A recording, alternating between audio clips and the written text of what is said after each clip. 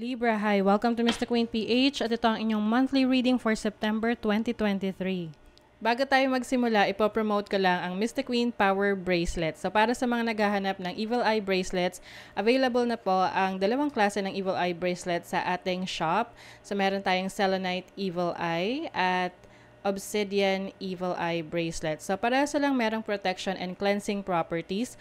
Ang kaibahan nga lang is ang selenite is nagre-recharge rin siya ng mga crystals and semi-precious stones na kasama niya. So pwedeng isuot nyo to alongside with other bracelets and i-recharge din niya yon.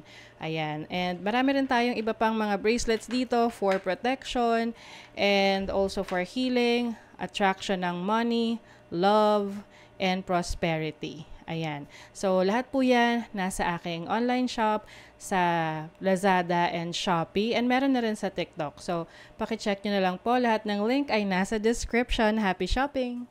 Napakabilis ng panahon. September na. So, marami rin tayong mga planets ngayon, no, astrologically, na naka-retrograde or magsasabay-sabay na mag-retrograde at some point in September. So, I cannot imagine kung ano yung mga energies during those times. But you just have to be very careful with your decision making. Okay? Thread carefully. So, this is a general reading. Maaari kayong makarelate. Maaring hindi. Just take what resonates. Panoorin nyo rin ang inyong Sun, Moon, Rising, Venus, no? Para sa iba pang mensahe. And a reminder that you have the power to create your own reality. So, gamitin nyo lang ang reading na to bilang gabay. Okay, Libra, let's see what's coming to you ngayong September 2023. May tension. Oh, square, semi-square. This can be may frustration around you, pwedeng sa career mo, sa relationship. Let's see, anong tension to, saan? Oh, pwedeng sa business, other people's money, kung meron kang loans, baka magkaroon ng tension or issue, challenge sa pera, no? Pwedeng ikaw yung nagpautang or ikaw yung pinautang. And this is also about endings and new beginnings. Maaring you will be letting go of something that is no longer serving your highest good. And then meron ding trine. Oh, okay. So, may tension pero meron ding help, no? Merong tulong, merong assistance. So, kung maka-experience ka ng mga challenging situation sa buhay mo ngayong September, rest assured merong tutulong or merong assistance. Okay? But, of course, prepare. No? Meron ding love. Okay. So, you're going to be focusing on your love life. Pwedeng love mo para sa sarili mo, love for your craft, love for your career, or to your relationship. And also prosperity. Wow. So, this is good. Ibig sabihin nito, yung mga pinaghirapan mo, yung mga tinanim mo. Ayan, ngayong September, meron ka makikitang resulta dyan. Pwedeng sa investment mo yan. Or sa mga trabaho or effort na ibinigay mo sa career mo, sa project mo. This is going to be rewarding. So, let's see your overall energy. You have the Queen of Cups. You're focused on self-reflection, your feelings. You're going to be more sensitive with how you feel. And, nandun ka sa energy na very caring. You are taking care of the people that you love.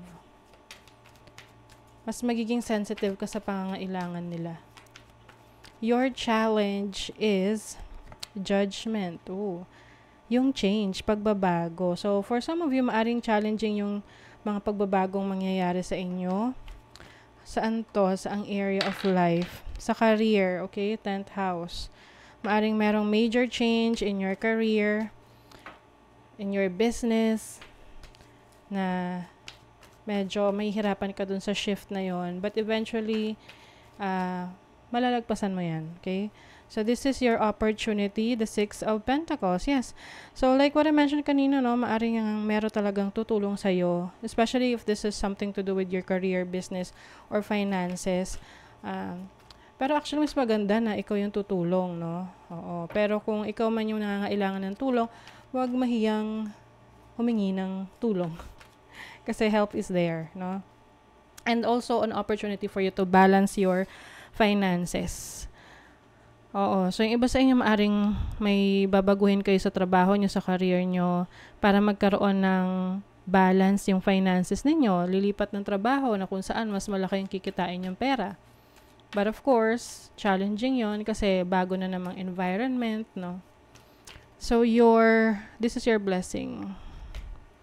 The Justice card, this is your energy. You are your blessing to yourself. This is finding balance in your life na finally, no, maaayos mo na yung flow, yung cash flow mo, and then yung oras at panahon mo sa mga importanteng bagay or aspeto sa buhay mo. And the truth will set you free. May paganong message. The truth will set you free.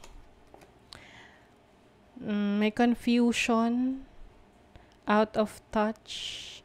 Yung iba sa inyo, you are going to be laser focused sa bibigyan nyo ng attention ngayon. Kasi 'di ba yung mga kabayo kapag kumakarera sila, may blinders, no?